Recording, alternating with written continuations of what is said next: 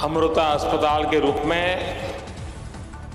हम सभी को आशीर्वाद दे रही मां अमृतानंदमयी जी को मैं प्रणाम करता हूं। स्वामी आत्मा स्वरूपानंदपुरी जी, हरियाणा के राज्यपाल श्री बंडारू दत्तात्रेय जी, मुख्यमंत्री श्री मनोहर लाल जी, केंद्रीय मंत्रिमंडल में मेरे सहयोगी कृष्णपाल जी, हरियाणा के उप मुख्यमंत्री श्रीमान दुष्यंत चौटाला जी, अन्य महानुभाव, देवी और सज्जनों, अभी कुछ दिन पहले ही देश ने एक नई ऊर्जा के साथ आजादी के अमृत काल में प्रवेश किया है। हमारे इस अमृत काल में देश के सामूहिक प्रयास प्रतिष्ठित हो रहे हैं। देश के सामूहिक विचार जागृत हो रहे हैं। मुझे खुशी है कि अमृत काल की इस प्रथम बेला में मां अमृतानंदमयी के आशीर्वाद का अमृत भी देश को मिल रहा है। अमृता अस्पताल के रूप में फरीदाबाद में आरोग्य का इतना बड़ा संस्थान प्रतिष्ठित हो रहा है। ये अस्पताल बिल्डिंग के हिसाब से, टेक्नोलॉजी से जितना आधुनिक है, सेवा, संवेदना और आध्यात्मिक चेतना के हिसाब से भी उतना ही अलौकिक है। आधुनिकता और आध्यात्मिकता, इसका ये समागम गरीब और मध्यम वर्ग के परिवारों की सेवा का उनके लिए सुलभ, प्रभावी इलाज का माध्यम बनेगा। मैं इस अभिनव कार्य के लिए, सेवा के इतने बड़े महायज्ञ के लिए पूज्य अम्मा का हृदय से आभार व्यक्त करता हूं। स्नेहं तिजले, कारुण्य तिजले, सेवन तिजले, त्याग तिंडे, पर्यायमाण अम्मा।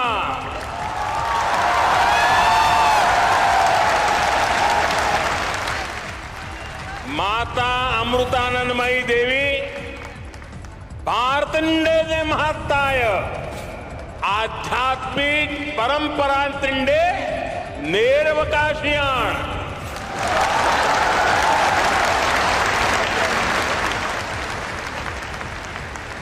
हमारे यहां कहा गया है, अयम निजः परोवेति गणना लघु चेतसाम उदार चरितानाम तुम वसुधैव कुटुंबकम।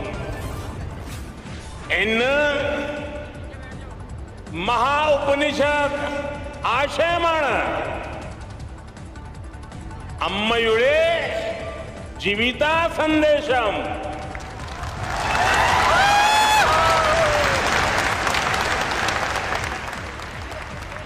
अर्थात अम्मा प्रेम, करुणा, सेवा और त्याग की प्रतिमूर्ति है। वो भारत की आध्यात्मिक परंपरा की वाहक है। अम्मा का जीवन संदेश हमें महाउपनिषदों में मिलता है। मैं मठ से जुड़े संत जनों को, ट्रस्ट से जुड़े सभी महानुभावों को, सभी डॉक्टर्स, और दूसरे कर्मचारी बंधु भगिनियों को भी आज इस पवित्र अवसर पर बहुत बहुत शुभकामनाएं देता हूं। साथियों, हम बार बार सुनते आए हैं, न त्वम हम कामये राज्यम न च स्वर्ग सुखानि च कामये दुक्तप्ता नाम प्राणी नाम आर्तिनाशनम। अर्थात न हमें राज्य की कामना है, न स्वर्ग के सुख की इच्छा है। हमारी कामना है कि हमें बस दुखियों की, रोगियों की पीड़ा दूर करने का सौभाग्य मिलता रहे। जिस समाज का विचार ऐसा हो, जिसका संस्कार ऐसा हो, वहां सेवा और चिकित्सा समाज की चेतना ही बन जाती है।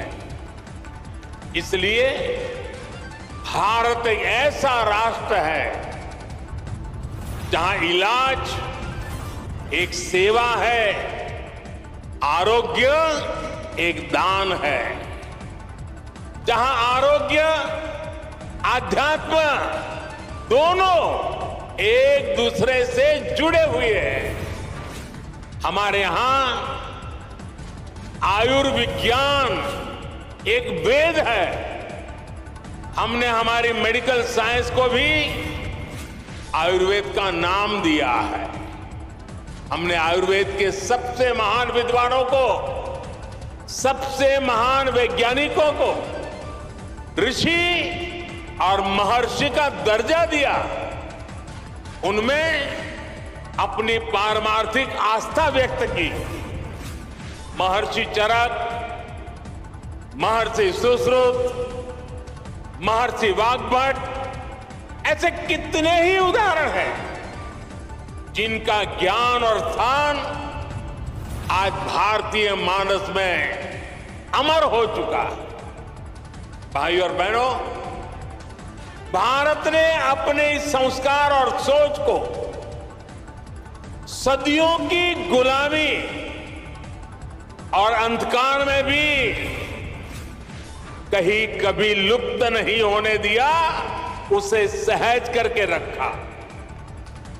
आज देश में हमारी वो आध्यात्मिक सामर्थ्य एक बार फिर सशक्त हो रहा। हमारे आदर्शों की ऊर्जा एक बार फिर बलवती हो रही है। पूज्य अम्मा भारत के इस पुनर्जागरण का एक महत्वपूर्ण वाहक के रूप में देश और दुनिया अनुभव कर रहा है। उनके संकल्प और प्रकल्प सेवा के इतने विशाल अधिष्ठानों के रूप में आज हमारे सामने है। समाज जीवन से जुड़े ऐसे जितने भी क्षेत्र हैं,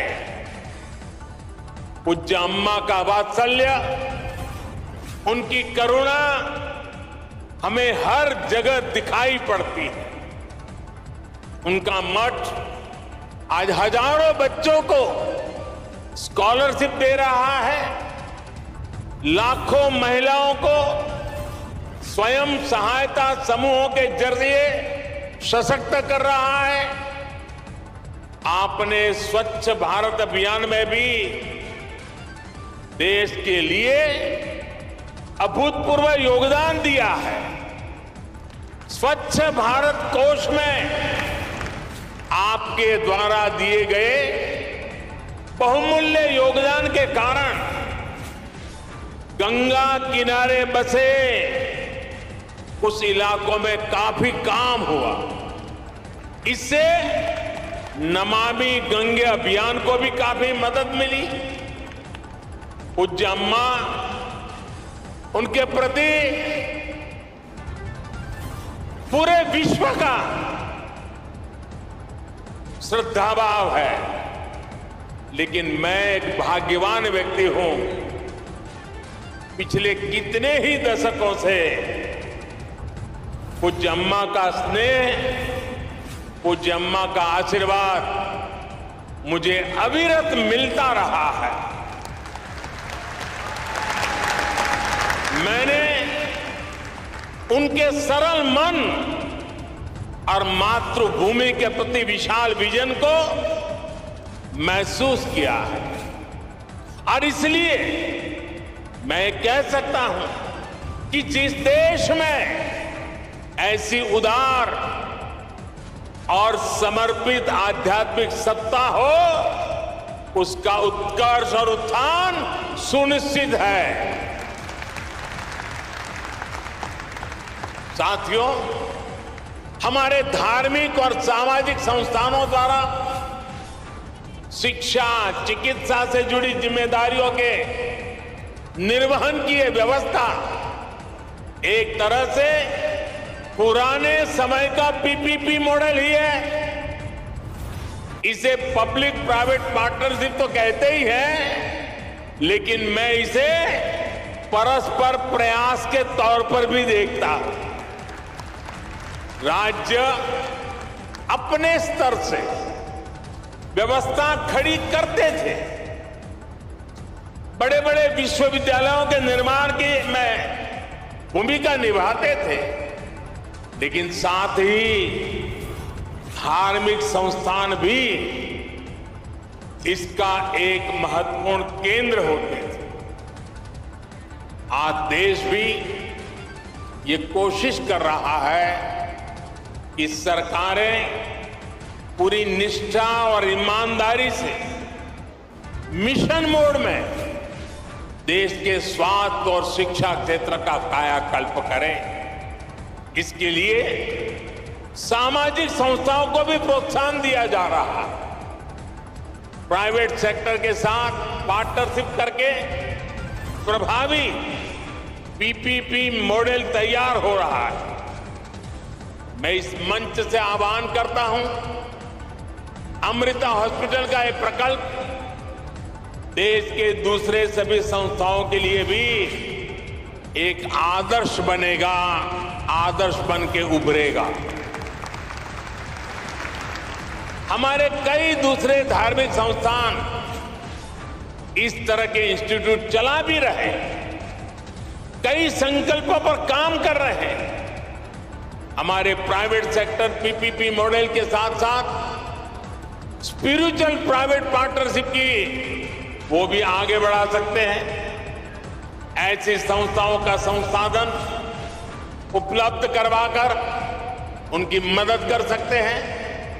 साथियों, समाज के हर वर्ग, हर संस्था, हर सेक्टर के प्रयास का नतीजा होता है। ये हमने कोरोना के इस काल में भी देखा है। इसमें भी जो स्पिरिचुअल प्राइवेट पार्टनरशिप रही है, आज उसका मैं विशेष रूप से जिक्र करूंगा। आप सभी को ध्यान होगा कि जब भारत ने अपनी वैक्सीन बनाई थी तो कुछ लोगों ने किस तरह का दुष्प्रचार करने की कोशिश की थी।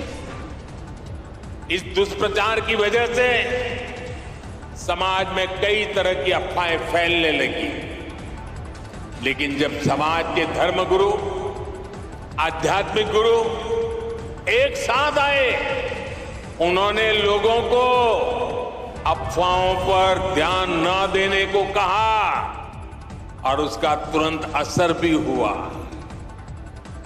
भारत को उस तरह की वैक्सीन हेसिटेंसी का सामना नहीं करना पड़ा जैसा अन्य देशों को देखने को मिला।